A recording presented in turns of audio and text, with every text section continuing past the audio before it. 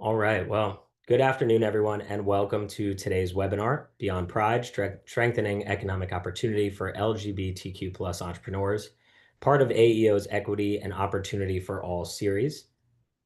We're so glad for you to join us during Pride Month for this important conversation about how we can support and uplift LGBTQ plus small business owners and entrepreneurs across the country. At AEO, we believe entrepreneurship is a powerful pathway to economic mobility and equity. And we also recognize the unique challenges LGBTQ plus entrepreneurs continue to face. Today, we'll hear insights from AEO's upcoming LGBTQ plus business ownership fact sheet, followed by a powerful panel discussion with leaders advancing inclusive strategies and solutions. Before we begin, just a couple housekeeping items. Today's session is being recorded and will be shared with all registrants after the meeting.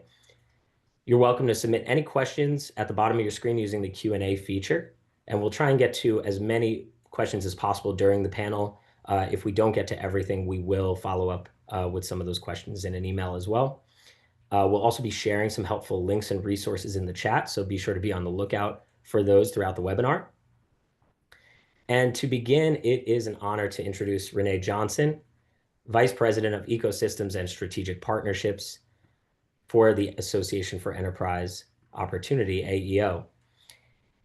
AEO has been a leading advocate for underserved entrepreneurs across the country, creating pathways for equitable economic opportunity. Renee has been a pivotal piece in that progress that AEO has seen in the past year, especially as she's just celebrated her 1-year mark with AEO. And congratulations again, Renee. And without further ado, I'll pass it over to you. Thank you so much, Peter. Good afternoon, everyone. My name, as Peter said, is Renee Johnson, and I am the Vice President of Ecosystems and Strategic Partnerships of the Association for Enterprise, also known as AEO. I am delighted to welcome you to today's webinar, Beyond Pride, Strengthening Economic Opportunity for LGBTQ plus Entrepreneurs. This event is part of our ongoing Equity and Opportunity for All series. This series was launched to spotlight critical conversations around inclusion, access, and economic equity in the small business ecosystem. And we're proud to be holding today's session during Pride Month, a time to honor the leadership, resilience, and contributions of LGBTQ plus individuals and communities across the country. As Peter mentioned, AEO, we have a long time been champion of the power of entrepreneurship as a tool for economic mobility and community transformation. Since our founding in 1991, AEO has been the leading national association for small business development in the United States, representing organizations and providers that support the nearly 33 million small businesses in the country and counting. Our mission is simple yet powerful: to create economic opportunity for entrepreneurs across the United States. We support over 2,700 organizations, ranging from business support organizations, also known as BSOs, to lenders by providing advocacy, research, and capacity building resources. One of our flagship initiatives, the Business Health Assessment, also known as BHA, addresses critical financial and operational gaps for small businesses. Since our founding nearly 35 years ago, we have been responsible for informing and advocating for policies that have provided more than $1 billion in resources to entrepreneurial ecosystems across the country. Our partnerships with government agencies, corporate entities, and philanthropic organizations are crucial to advancing the needs of underserved entrepreneurs. We know that LGBTQ plus entrepreneurs face persistent barriers from access to capital to bias in business networks, contracting, and regulatory systems. Yet, despite these challenges, LGBTQ plus business owners continue to innovate, lead, and strengthen communities. That's why today's conversation matters. It's not just about celebrating contributions of LGBTQ plus entrepreneurs. It's about ensuring they have the tools, visibility, and support to thrive. And it's about asking, what more can we do to build an entrepreneurial ecosystem that is truly inclusive? At AEO, data and research play a crucial role in informing our work. And today, we're excited to share our latest LGBTQ plus business ownership fact sheet. This research highlights the state of LGBTQ plus owned businesses, the economic impact, and the ongoing barriers they face in accessing capital and resources. To provide us with deeper understanding of these findings, I'm honored to introduce Dr. Lori Smith, who is a senior research advisor at AEO, who will walk us through key insights from our research and set the stage for an insightful discussion with leaders and experts and advocates. So, Lori, we're turning it over to you.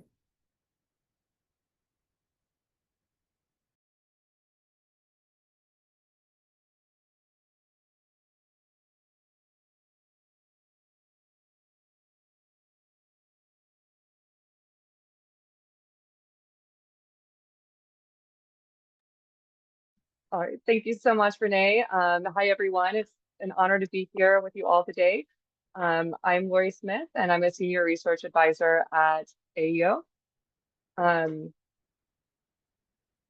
Yeah, we have a really fantastic panel today, and so I am coming up. And so these are panelists who have really been leading the charge on economic opportunity for LGBTQ plus communities.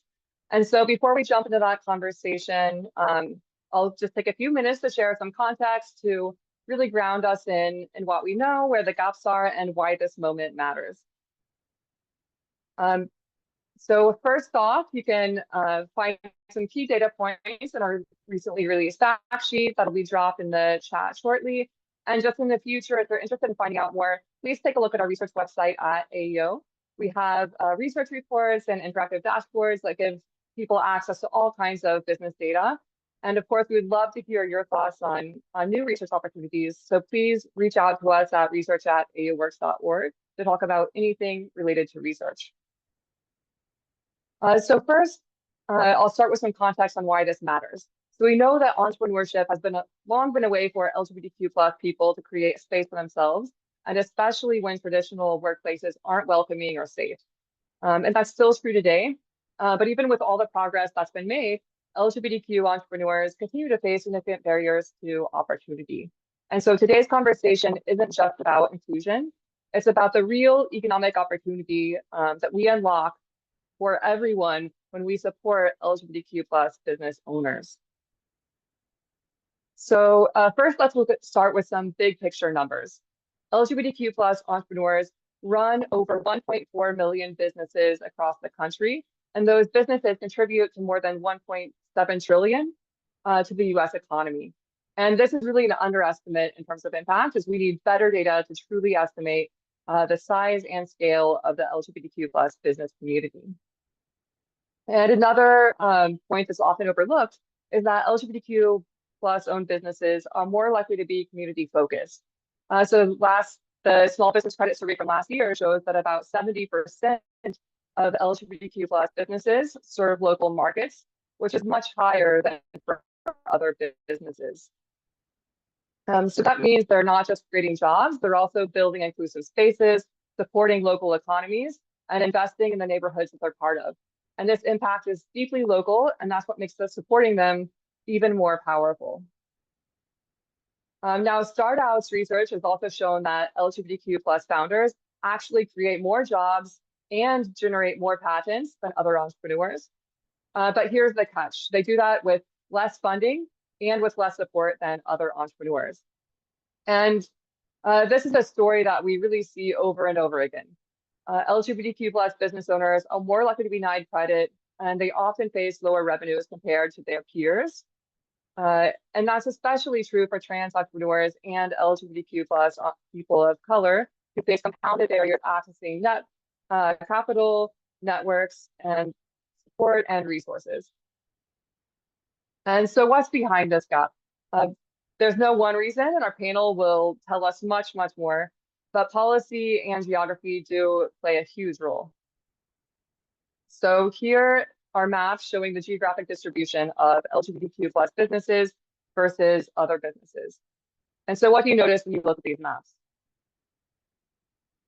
Well, one thing that stands out to me is that we see a representation of LGBTQ entrepreneurs in the US South and an overrepresentation in the West Coast. And research shows that LGBTQ plus entrepreneurs are far more likely to start businesses in states with strong non-discrimination protections. And that means that entire regions of the country, and especially in the South, are missing out on jobs, innovation, and investment simply because they haven't created inclusive environments. And there's also a growing body of evidence that anti-LGBTQ laws hurt local economies. They create uncertainty, they push people away, and they limit what entrepreneurs can achieve. And then there's also a lot of work showing that LGBTQ people in the United States face many economic and financial disparities that are often driven or further exacerbated by experiences of discrimination. And then one of the key challenges we face is just not having enough data. So most federal business surveys, like the US Census Bureau's annual business survey, don't ask questions about sexual orientation or gender identity, which is what researchers refer to as SOGI questions. So LGBTQ plus entrepreneurs are often invisible in the very data that's used to shape policy, funding, programs, and support. And so there are bright spots shown here, for example, the Small Business Credit Survey that now includes LGBTQ plus questions for employer businesses. And then, but we still need better, more representative microdata to understand the needs of this community and to design solutions that actually work. And so I'm excited to share that for the first time ever, the Entrepreneurship and the Population Survey this year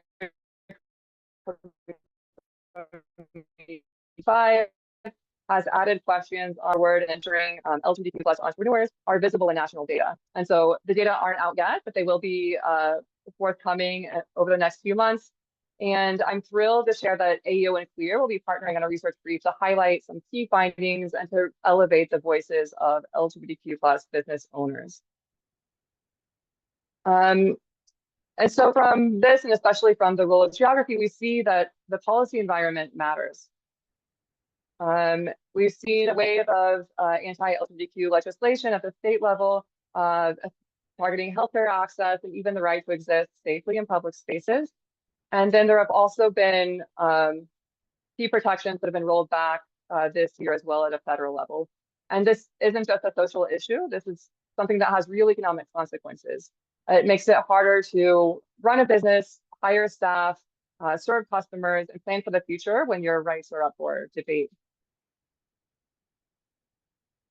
So yes, LGBTQ plus entrepreneurs are driving real impact, but they're also being held back by systemic barriers and a policy environment that doesn't fully support them. And if we want to build an economy that truly works for everyone, we need to invest in entrepreneurs from every background, including LGBTQ plus people.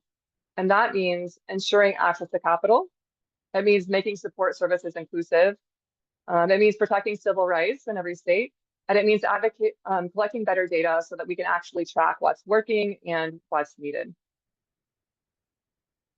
And so that brings me to the incredible folks that we're about to hear from, whose work I've cited throughout this presentation. It is my absolute pleasure to introduce our incredible moderator, Spencer Watson. Spencer is the founder and executive director of the Center for LGBTQ Economic Advancement and Research, or CLEAR. Spencer has been an LGBTQ rights advocate for over 20 years and has worked in numerous nonprofits and various communications, campaign, and direct services roles, including as a counselor offering financial and credit education to clients. Spencer is a graduate of Berkeley Law, where their studies emphasize consumer financial protection, prudential regulation, lending discrimination, and civil rights. In 2017, Spencer interned at the Consumer Financial Protection Bureau's Office of Fair Lending and at Consumers Union. They graduated with a Bachelor of Arts in English Literature and in Molecular, Cellular, and Developmental Biology from the University of Colorado Boulder. So this is going to be an incredible conversation, and I'm so glad you're here for it. Spencer, I'll hand it off to you. Well, thank you so much, Lori, for that wonderful introduction. I really appreciate AEO hosting this discussion and inviting us all to participate. I'll turn it over for a second to my esteemed colleagues who are joining for this panel to let them introduce themselves as well. I suppose, yeah, why don't we turn it over first to Lee, and I guess we can do alphabetical by last name. Great, thanks. I'm Lee Badgett. I am an economist and a recovering academic. I now have moved from UMass Amherst to COPPA, the LGBTI plus Economic Power Lab, which is focused on creating an ecosystem of economic empowerment for LGBTI people globally. Brian, should I just? Hey, sure. Yeah. Well, I'm not alphabetically next. So, but Sorry, rule breaker. but happy to go anyway. I'm Brian Richardson. I use he and him pronouns, and I am the CEO of Start Out. If you don't know Start Out, we are a national nonprofit serving LGBTQ plus entrepreneurs, helping ensure that they get the success and opportunities for success that everyone deserves. And Martha. Thank you, everybody. Good morning. Well, good afternoon, actually, now. So I am Martha P. Gomez. I use she or they pronouns. I am the Director of Workforce Development here at Transcan Work. Transcan Work is a nonprofit that mostly serves California and the LA County area, but we do provide services nationwide. And although historically the focus of workforce development was always focused on what we call the traditional routes of finding employment in corporate spaces or other organizations, we have seen a shift. And so a lot of work being done about our populations having access to those entrepreneurial small business loans and programs to help them get more comfortable in that realm, aside from the traditional what that we know.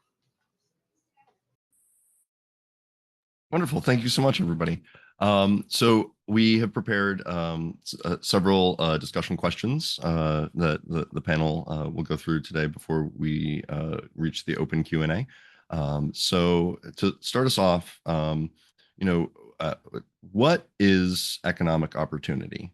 And when you think about economic opportunity for LGBTQ people right now, what comes to mind for you?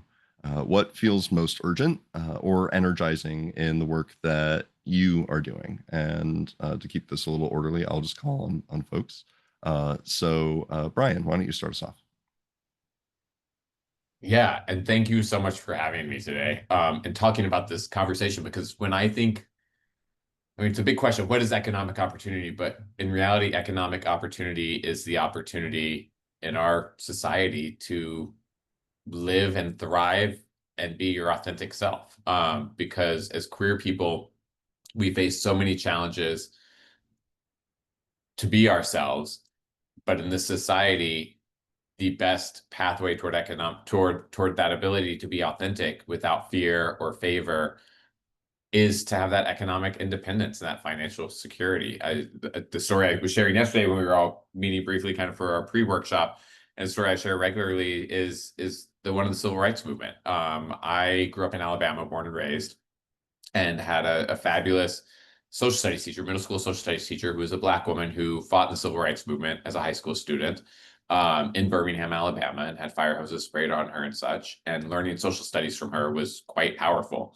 And US history from her was quite powerful and paradigm shifting for me. And one lesson that sticks out and why I do the work I do is she asked us why in the small towns and cities was the civil rights movement run by the preachers.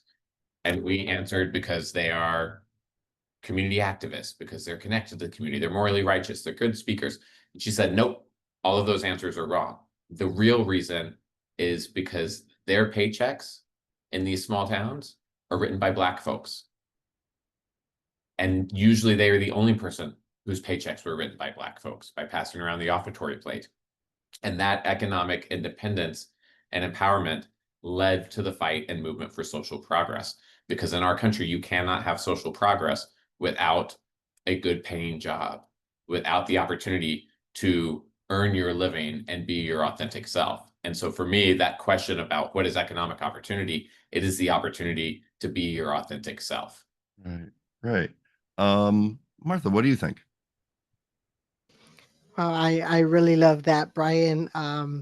Definitely eye-opening. Yeah, from a transgender lens, I think that historically, almost piggybacking on this idea is, everybody wants to just exist. I think that at the end of the day, when we're thinking of us as citizens, as residents in this country, you know, we all have just this dream of existing, of having an opportunity to be able to work and enjoy life. So that work life balance, I think that a lot of us dream of that, some more than others. And also having opportunities to not just make it, but make it plus, you know. And so that economic security that we talk about is, you know, how important is it? You know, I think that just as a general rule, right now there has been this shift where people would boast like, I work 80 hours a week, I work 60 hours a week, and that was kind of the flex that everybody had to like impress people. And now it started shifting to, you know, I only work my 40 hours and I'm still able to take vacations. I can take those 2 weeks. I can disconnect. So I think when we're seeing that, I think that is where I would love to continue seeing the shift, the perspective of, you know, parents flexing like my kid only has to work one job to make ends meet, and not what statistically, I mean, unemployment rate by the numbers is lower, but the truth is that people are working 2 or 3 jobs, taking those jobs, instead of more people working. So it would be nice to have companies pay relatively more, and then also have people be able to start their own businesses, actually pay themselves, because starting a business is not easy and a lot of times you don't pay yourself. And being then able to hire within communities and have everybody come up with you as well. Lee, yeah, what does economic opportunity mean to you? Well, I liked what Brian and Martha had to say. I'll just add two other angles to that. I mean, one is that we have a lot to contribute to the economy. So it's important not just for us as LGBTIQ people, but also for the whole economy. So I love that you had a little photo of my book cover there. We have a lot of evidence that it is very costly to economies at a national level when we are not fully using the skills and knowledge and creativity of LGBTI people. So that's something that we all lose out on. And then the other piece of it is if we want to have vibrant communities, if we want to have vibrant political communities as well, we also need those resources to be able to support organizations that speak for us in different kinds of places of power and decision making. So those are a couple I would add. Thanks. And those are all really great answers. And when I sat down and made some notes about this question, I feel like I identified many of the similar threads that what you guys identified. I thought about the importance of financial security, you know, stable housing, the ability to afford your necessities, to be able to you know, have that stability and security as a base level. But of course, you know, it's much more than just pure security. That financial freedom means also being able to pursue your financial goals, to take risks, to become a decision maker, and to make your own unique contributions. And Lee, you know, I think you reminded me also in your statement, you know, that there are so many unique things that LGBTQ people bring to society and to commerce. And what would the world be without Drag Race, right? So I think that there are, you know, some real reasons that you know, economic opportunity, you know, is you know, a rich thing. And these are all really great answers. We have a lot of questions, so we'll have to make sure that you know, everybody's brilliance is concise. And so, moving off of that, how is economic opportunity connected to LGBTQ equality overall? And how are small businesses and entrepreneurs critical in that concept of economic opportunity? And let's start with Lee. Well, when we look at the kind of inequality that we see, inequality in wages, higher rates of poverty for people in the LGBTIQ communities, the way we're going to change that is by giving more opportunities to people to earn a better living, to be able to turn that into wealth and savings. And I think that's kind of the key piece of it. People make decisions about where their own skills and knowledge, are best suited. And you want to have both opportunities to get jobs in kind of the formal sector that might come with benefits and that sort of thing, or to build your own livelihood through a business that you own. And I think both of those, just having that freedom to choose, as you were saying, Spencer, I think is a key piece of it. People, well, economists might expect them to go to the place where they're going to earn the most, whether it's both in terms of actual income, but also satisfaction, life satisfaction, and happiness. So I think having the ability to choose is really important, and that's what will close those gaps. Brian. Yeah, I think Lee said it. And it really comes down to the opportunity for everyone to apply for a job as their authentic selves and to be based on their merit, whether or not they get that job, and that's why it's so important, I think, to have queer people start small businesses and to start to serve as entrepreneurs and start new companies and watch those companies scale, because when queer people are in charge and leading, they are living their authentic lives and creating team cultures and opportunities for more people to live their authentic lives. The story I always think about, I have a really close friend who said I can share this story. She's a Black trans woman who worked for a long time on the executive side of a local HIV clinic. And she would often go to the different clinics and talk to the staff, including a lot of Black trans women. And she'd ask time and again, she told me this story happened repeatedly. She says, "How's the job going?" And oftentimes some of the folks there said, "I hate my job." And she said, "Well, why do you work here?" And the response was, "Because this is the only place that my application even got screened. I want to be a bank teller, but the bank saw me as a Black trans woman and didn't want to hire me or give me the opportunity. But the local clinic did, and I need a place to work."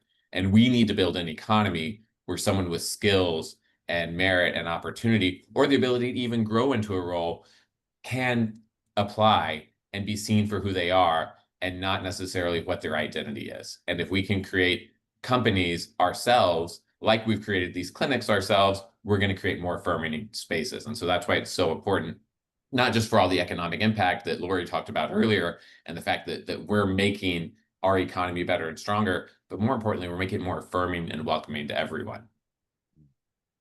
Martha.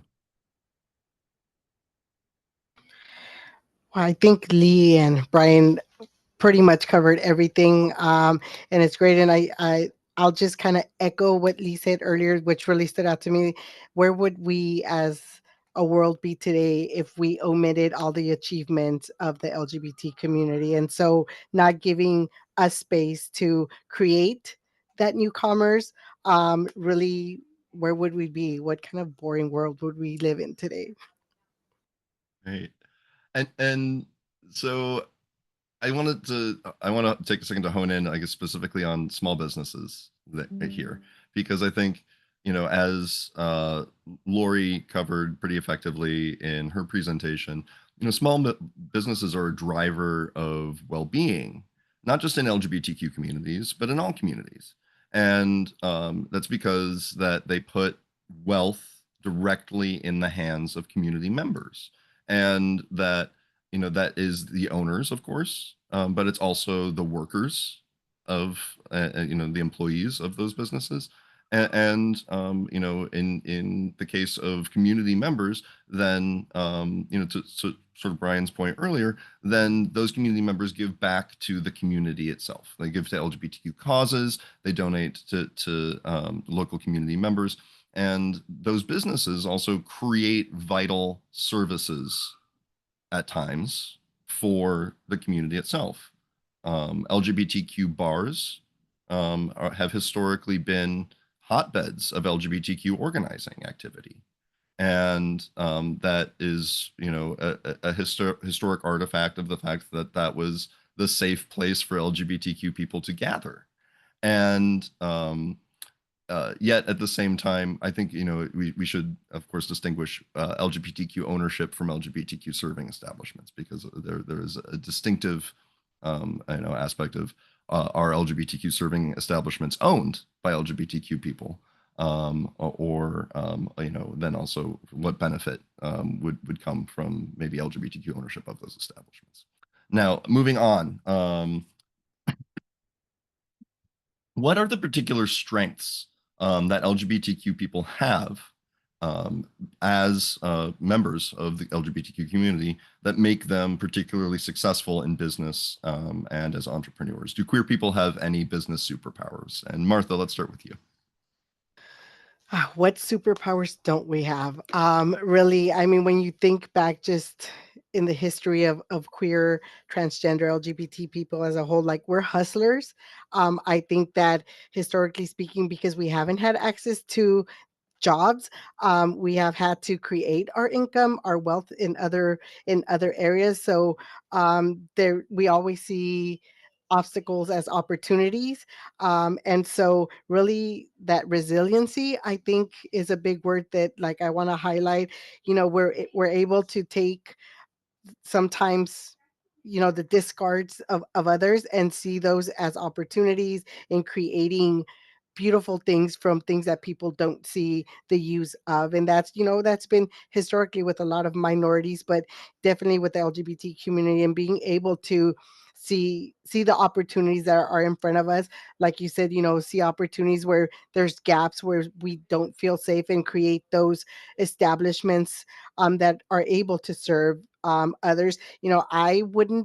I would say, if there is ever a change in, like, the bra, it's gonna come probably from the gay LGBTQ community, because nobody is spending time on that. And so my shout out to someone out there, maybe spending some time, someone LGBT can probably fix the problem now, because we know ourselves, we know, and we see the opportunities where others are are so in the box sometimes, that since we are outside the box so often, we are able to see from such a different perspective. And I think that that is part of our superpower.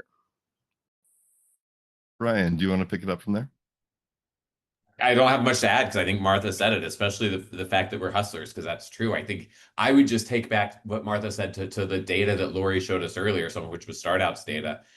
Specifically, $2 trillion have been invested in venture funding in this country in the last 20 years. Of that $2 trillion, only 0.5% have gone to companies with queer founders. And when we get money, we get 84 cents on the dollar relative to our straight cis counterparts. Even though, as Lori said, because as Martha pointed out, we're hustlers, we end up creating more jobs with that investment. We end up filing more patents. We end up hiring more people and having a bigger return on investment. So not only are we hustlers for ourselves, we're a good bet for everyone else, for everything that Martha said. And the data is there, but for whatever reason, some of the folks making these decisions are ignoring the data, ignoring the reality. But we're going to keep on making Drag Race and the Sistine Chapel and all the other things in between. We do have anything to add? Yeah, not too much. Just I have asked people in different parts of the world about whether they think they have superpowers, as I've studied economic empowerment programs. And people say, yeah, resilience, kind of the theme that you heard from Ryan and Martha, being empathetic, being a good observer of and reader of people, I think is a big piece of it too. So I mean, I always, although I love kind of the concept of superpowers, because it's an asset, it's something positive that we might have, and our lives are not all defined by the negatives. But it doesn't mean that we all have these exact same superpowers. But it just means that you can't assume that somebody is sort of less qualified, again, because of them being LGBT or I. So that's I think the balancing from this superpower idea is important. Well, and we'll have to move on really, quick. But I do think that some of the things that you guys highlighted maybe point to trends that we see in the data. Of course, so many LGBTQ small businesses are on the smaller end, fewer than 5 employees small. and that frequently those entrepreneurs are starting that business as a side hustle, right? Or frequently offering that as consulting services or ways to supplement their existing insufficient incomes. So I think that's very interesting because yes, of course, that points to we're all hustling. I'd also have to jump in too. You're absolutely right. But queer people are on the other side of it too. Just this last year alone in the news, HashiCorp, which has a queer co-founder, was sold to IBM for $6.4 billion. The Wiz was sold to Google for $32 billion, also founded by a queer person. And then Lucy Guo appended Taylor Swift about 2 months ago by becoming the youngest self-made female billionaire in the world. And guess what? She's queer too. So there are phenomenal queer people making a difference on the huge side, but also to your point, very much on that small scale side, which has a real difference in local communities and for local folks and what we're doing.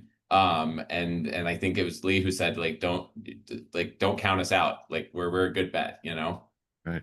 No, and I think that highlights the fact that the LGBTQ community is not a monolith.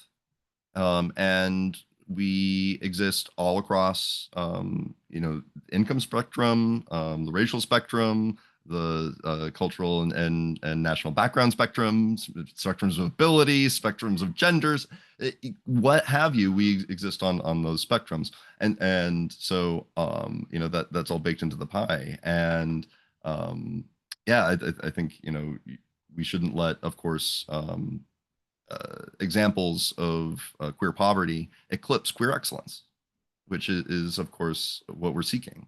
Now, moving on, have you all noticed any major shifts in the policy landscape for LGBTQ entrepreneurs in the past few years? We will cabin this year away from that, and we can talk about this year in the next question. But in the previous several years, what has changed in policy funding or community support that maybe you've seen? And Martha, do you want to start us off?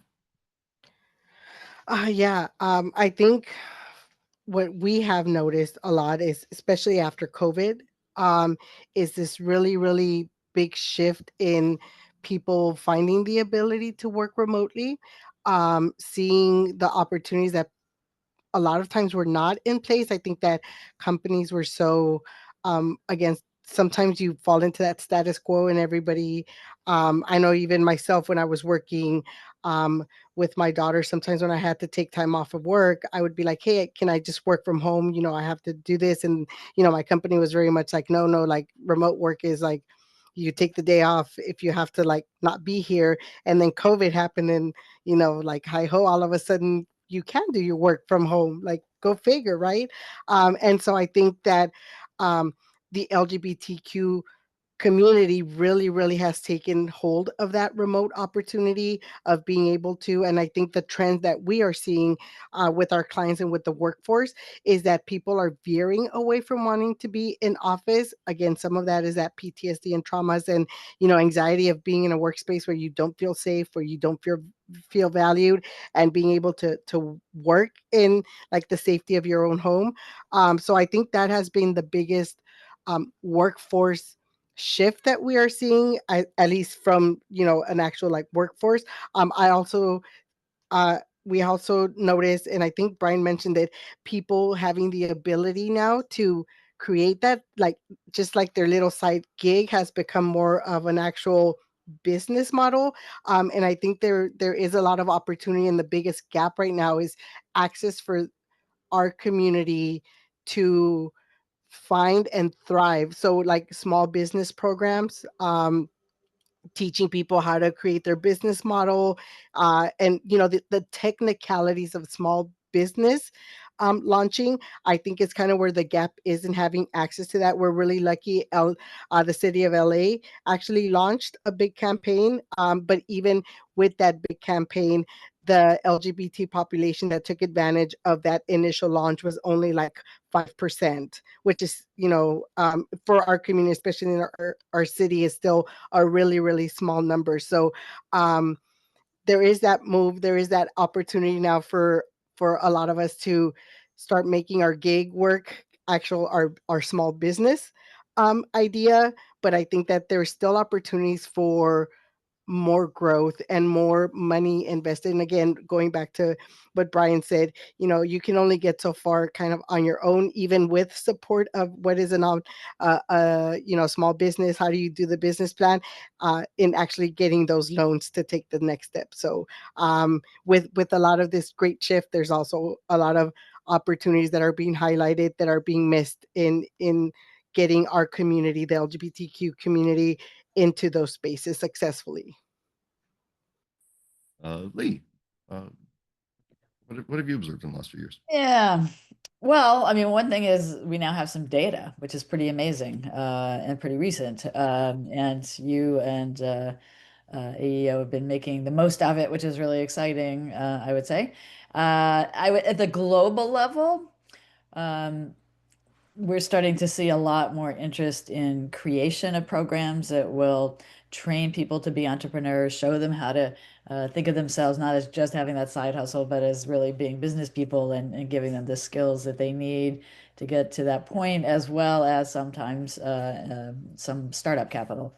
And so at CAPA, we're seeing organizations in India and Mexico and really all over Latin America. Rio de Janeiro, for example, and other cities in Brazil are doing lots of training of entrepreneurs, just as a few examples. So I think there's a lot of recognition in some countries where many people work for themselves. That's the kind of classic economy that's much more informal.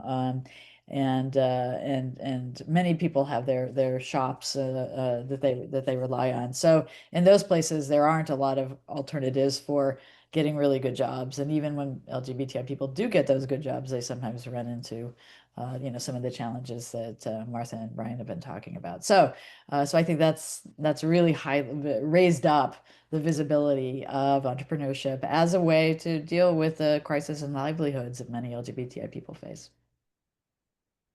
Um, so yeah, no, and those are great. We'll have to move on because we do we're running short on time here.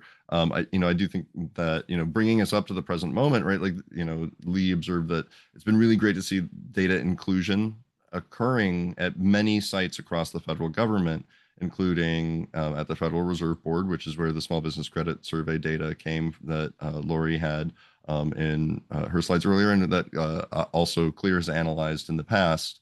I did a full report on the 2021 Small Business Credit Survey, and it's great to see that information being produced, and also whereas legislation has been stymied at the federal level, of course, that agencies have taken it upon themselves to issue guidance and offerings, at least under the Biden administration, to say that LGBTQ people should be included in protections for credit opportunities and housing opportunities and some of these economic things that we talk about. But that then brings us up to this year. And we are, of course, living through a historic moment where the executive branch of the United States government is leveraging a direct assault on civil rights enforcement and so named diversity, equity, and inclusion efforts within the federal government, but also in any institutions they can get their hands on. So how are you all seeing the administration's efforts affect LGBTQ communities and LGBTQ businesses and organizations especially? And Brian, why don't we start with you? Yeah, God, we could have a whole nother webinar with that question, I think. Because it's something that as queer people we live with every day. Hear about attacks on us on the news every day as well too. I think to the earlier question about like where we've come 5 years ago, 2 days ago, we had the 5-year anniversary of the Bostock case, which by a 6-3 margin, including a lot of conservative justices, the Supreme Court said you cannot discriminate against people in the workplace due to sexual orientation or gender identity. That's huge. And for the 4 years after that, I think we've been riding a wave. This time last year, I was actually at the White House with our former board chair, Dr. Vivian Ming, who's a phenomenal trans woman and researcher as well too. presenting on economic opportunities for the queer community and why people should be investing in us more. We were not invited back this summer to the White House, and I don't expect it was because our invitation was lost in the mail. It is a whiplash, most definitely, and it's something that I think every queer person knows, every entrepreneur knows. But like Martha was saying earlier, how we're hustlers and talked about resilience, and Lee did too. Like, this is nothing new for queer people.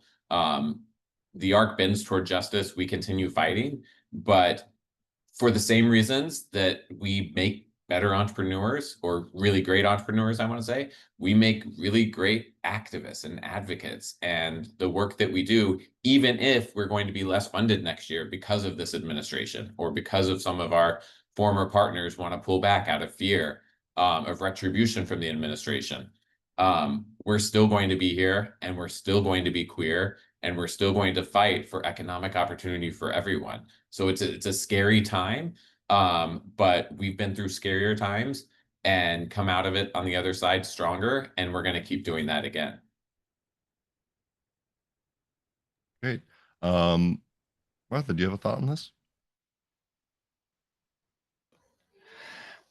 What a tough time to answer that question. You know, it's I think the only thing I'll add is, unfortunately, intersectionality right now is another big topic. You know, we're dealing with already you know, that whirlwind of executive orders that came like in February, and you know, there was a little bit of like breathing easy, well, not breathing easy, but like being able to breathe a little. And you know, like for myself right now, with the whole ice raids happening like literally in my community as we speak, it just amplifies and it really highlights how we need to remember that we are so much more than just the LGBT. And I think that people lose sight that when, you know, someone of the LGBTQ community is kind of fighting for rights, it's not just like our rights, it's really like this big picture. And so just I think taking that step back as humans, and realizing that, you know, a lot of the movement that was made by the LGBTQ community hasn't just benefited. We talk about like DEI programs being cut.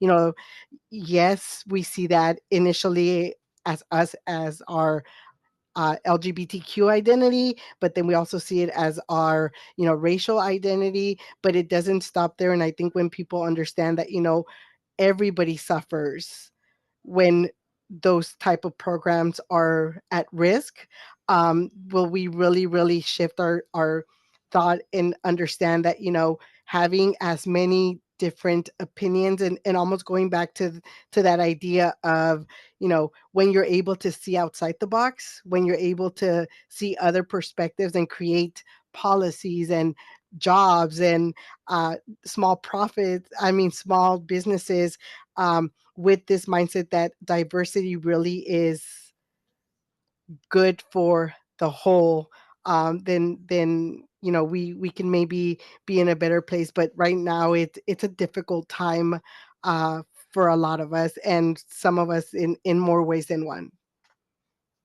Lee, what do you think? Well, there's no question that it's affected Pride months this year, and yet events are still happening. Maybe the parades have been scaled back a little bit, but you know, the flame is not just like alive. I mean, it's out there, it's roaring still in a lot of places, and you just have to like not you have to get past the hype, you know, I think Mhm. about it. So just as an example, with Kappa, we sponsor with a bunch of different partners more than 12 different stock exchanges around the world, ringing the bell for LGBTI inclusion. I mean, this is like a resounding statement coming from outside the US.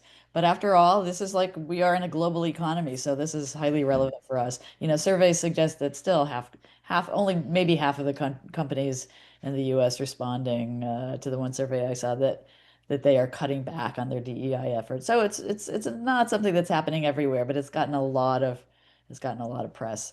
So I think, you know, you know, we still have the ability to keep pushing back on that. But I think we have to go back to some of our old tactics. We didn't get these policies because companies woke up one morning and said, oh, the LGBTI market. That's not what happened. I mean, that was there, but really it was the employees within those companies who said, you are not treating us fairly. We want, the same right to be free of discrimination, the same kinds of benefits that everybody else gets, the same kind of treatment. We're not asking for anything more than what everybody else already has. So I think, there are going to be, I think we're going to start seeing more of that in the future, more pushback. Well, and so I think, what um, you guys sort of pointed to in some of your answers is this funding crunch that's happening for LGBTQ organizations, for positions in institutions that focus on LGBTQI plus issues.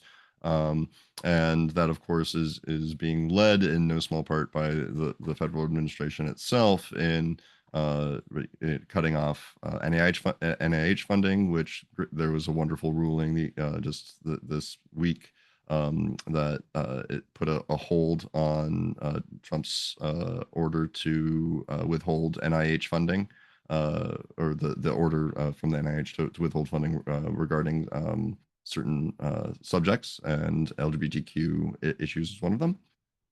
But of course, that's just one of many funding streams that is being assaulted, and that is just through the executive, not even counting the Republican Congress that is also undertaking efforts right now, and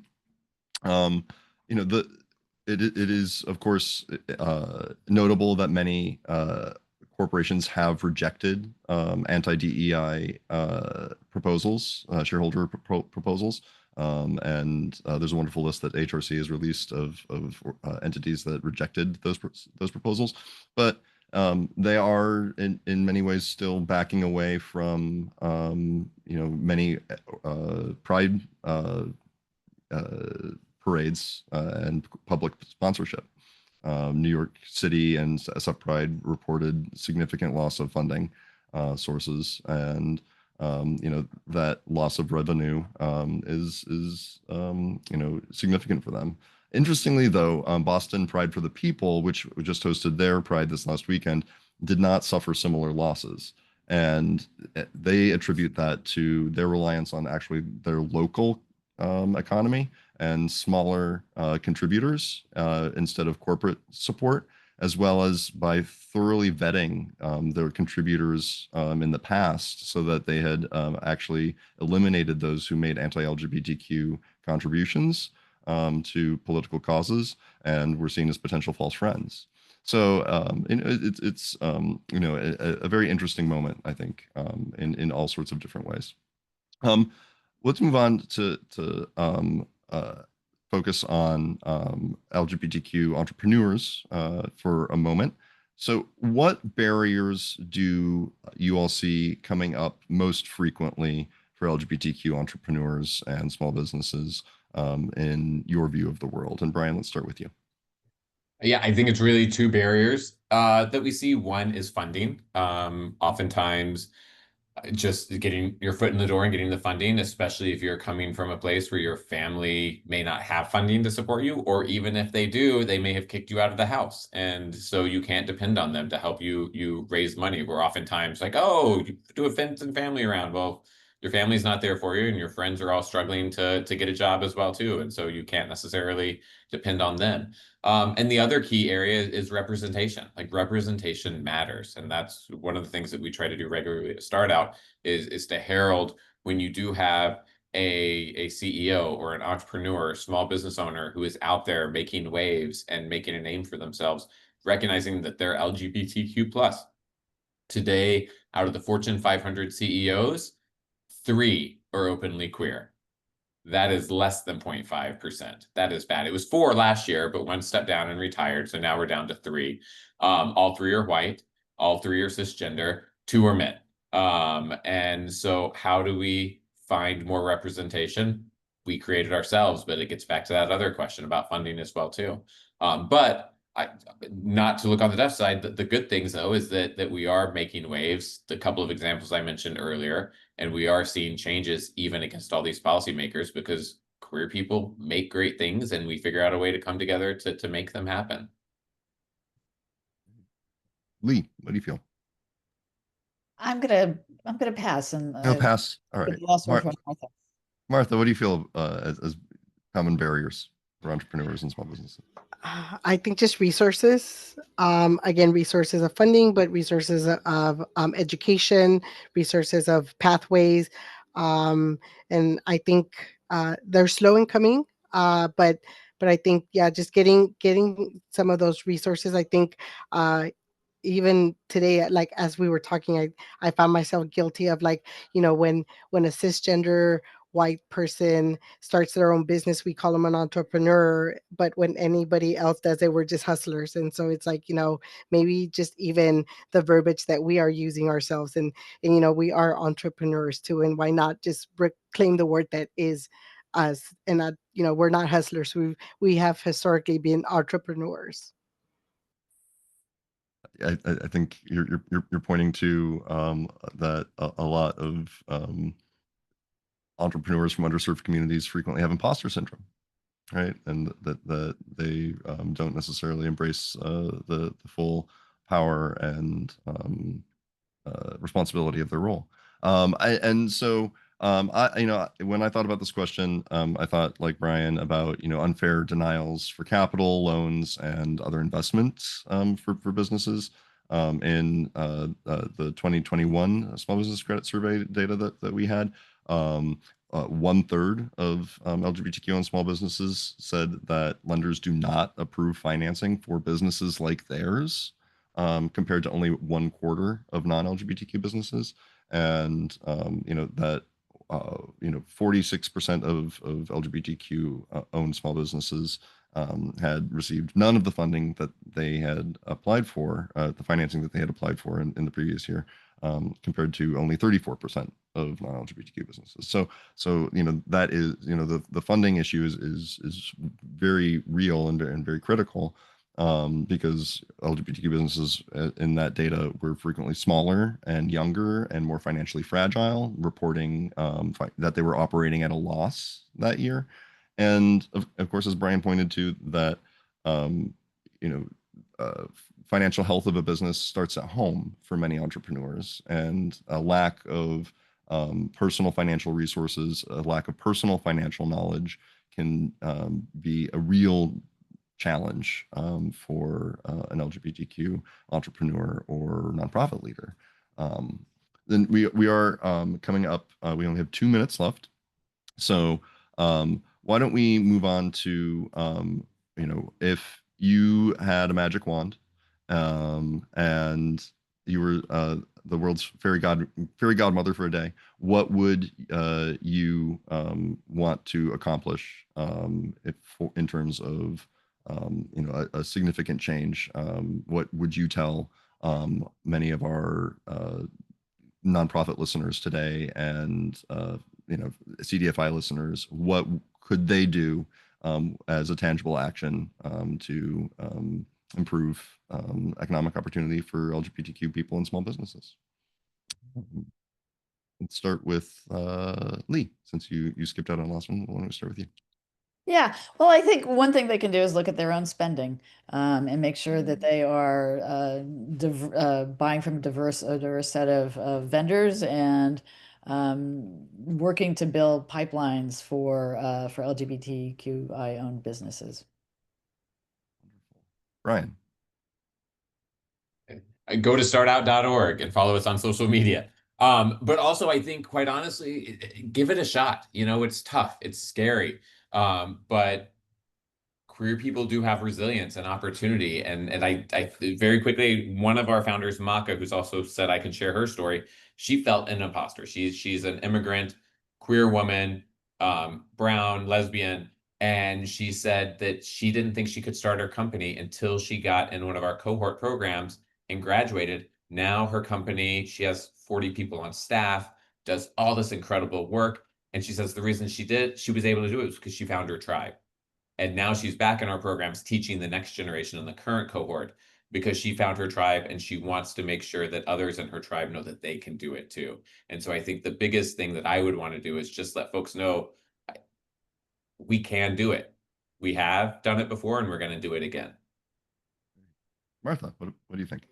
I'll go quick. I just say, speak with your money, both like money in and money out. Like, where are you getting your money and how are you sharing your money? And, shameless plug, support local small nonprofits like us at Trans Can Work because, we're doing a lot of the community work, doing all of those things, linking people to those opportunities and pathways. And so, we sometimes get overlooked by some of the larger LGBT centers in our communities.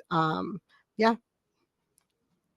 And I would say I have a very interesting and specific one, which is that you should eliminate gender and sex identification on any applications or forms at your organization or entity that are not for the purposes of strict information gathering, research, and non discrimination enforcement.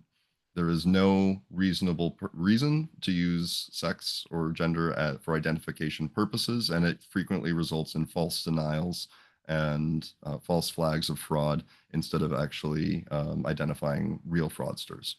So that would be my plea. But you should absolutely collect LGBTQ identity information, so GSIC information on any data collection that you perform that is about improving your services and that is for the purposes of research and information gathering. So those are my two places. Gather SOGISIC information where possible, and don't gather sex and gender information whenever possible. So thank you all our esteemed panelists, and I will turn it back to AEO to close us out. Thank you so much. Let me just get my video up here. I do want to thank all of our panelists so much for joining us. I mean, that was an incredible discussion. I was leaned in the entire time.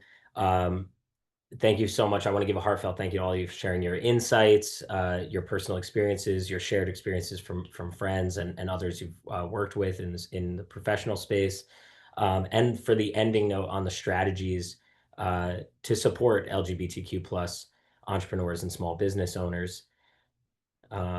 I'm just noticing I'm not up here. There I am.